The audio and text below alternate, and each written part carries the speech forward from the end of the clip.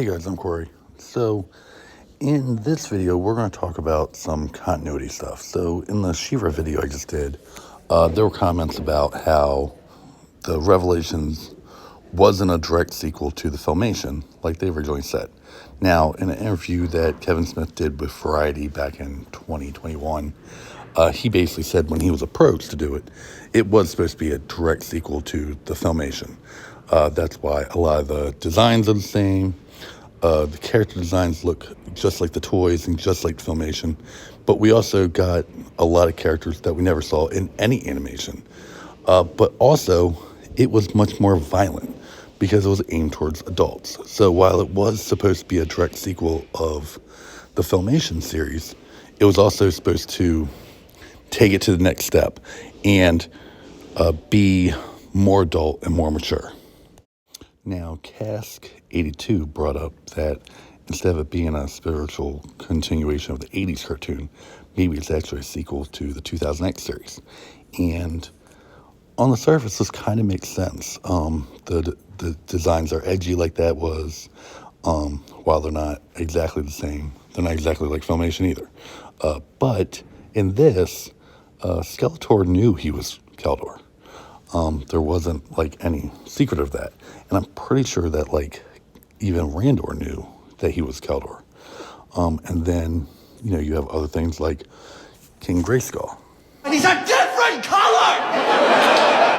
And yes, they did race swap him, but that is not a big deal. I've never heard of anyone having a problem with that. Now, with the whole She-Ra thing, this does kind of work, because the only time we ever saw anything for She-Ra that was even based on this was a Comic-Con toy, I think from 2004, and, the design lines up with 2000X, but it was never in the cartoon. So if it's not a sequel to either of them, well, what is it? Well, maybe it's a sequel to the movie. We see a lot of the elements from the movie in the new series. Gwildor is in there and references things from that movie. You even see the Cadillac in the background that gets teleported to Eternia. He-Man's new outfit is very reminiscent of the movie. But it could be something else. I mean, there's a whole multiverse of things they could be drawing from.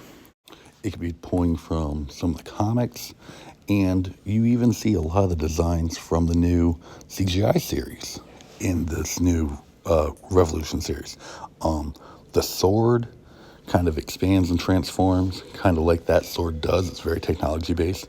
Even its harness and its logo is almost exactly the same in both series.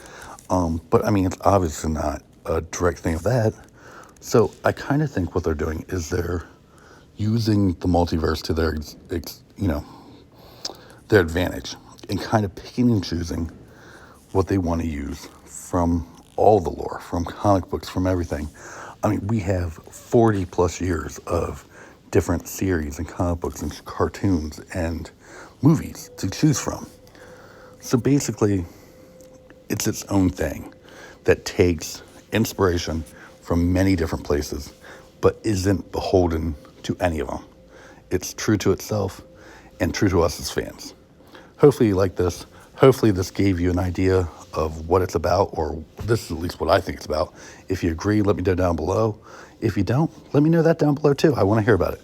Hopefully you like this. Check out these videos. You can subscribe on the screen, and we'll see you in the next one. Thanks, guys. Bye.